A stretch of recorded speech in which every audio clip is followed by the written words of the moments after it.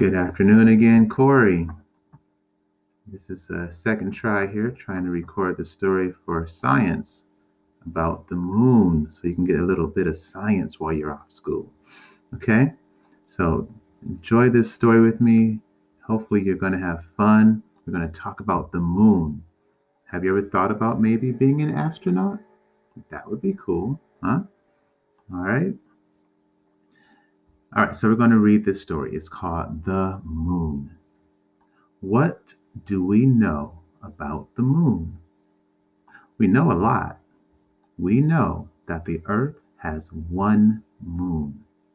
The moon orbits around the Earth. Are you familiar with the word orbits? Can you figure out the meaning of this word based on how it's used in this sentence?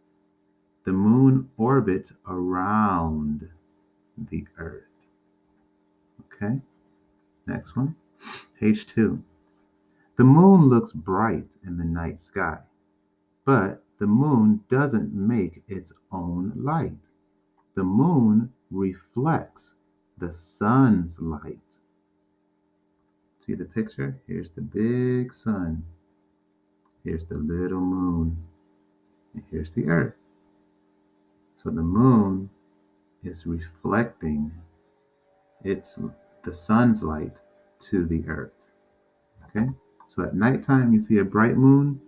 It's not the moon that's shining necessarily. It's the moon that's reflecting the light from the sun. The sun shines on different parts of the moon at different times. This makes the moon look like it's changing its shape, but the moon is always round. So the moon never really changes shape. It's just that depending on what the time is, or the time of month it is, the moon will have a sliver, or it'll be a quarter moon, or half moon, or whole moon.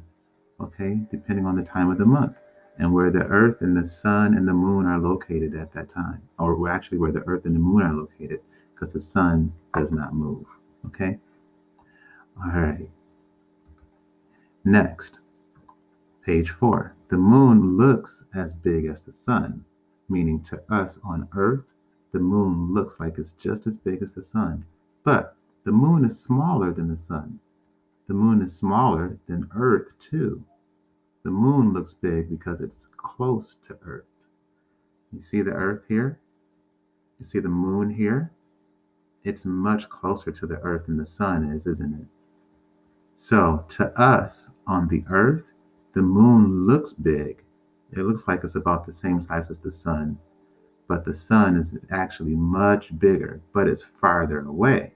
It's further away, so therefore it looks smaller compared to something else that would be close to the Earth. Okay, so the moon just looks like it's big because it's close to the Earth.